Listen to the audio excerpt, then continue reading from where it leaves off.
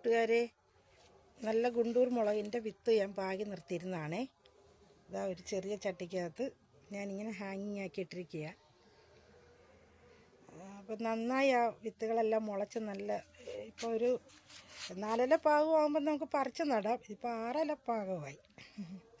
ഇതിനിയിപ്പോൾ ഞാൻ ചകിരിച്ചോറൊക്കെ കമ്പോസ്റ്റാക്കി വെച്ചിട്ടുണ്ട്.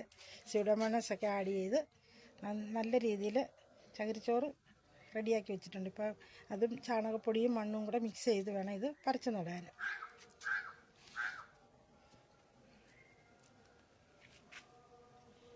ഇത് പിന്നെ നമുക്കിപ്പോൾ ചെടികൾ ആദ്യം വളരുന്നതിന് വേണ്ടിയിട്ട് നമുക്ക് ആവശ്യമുള്ളത് ചാണകപ്പൊടിയാണ്. ചാണകപ്പൊടി ചേർത്ത് വേണം ആദ്യം ഇത് നടാൻ. പിന്നെ അതിന് ശേഷം പൂക്കാറാകുമ്പോഴത്തേക്ക് നമുക്ക് നല്ല വളങ്ങളൊക്കെ ചേർത്ത് കൊടുക്കണം. പൊട്ടാസ്യം ഒക്കെ ചേർന്നത് വേണം നമ്മൾ ആഡ് ചെയ്ത് കൊടുക്കാൻ.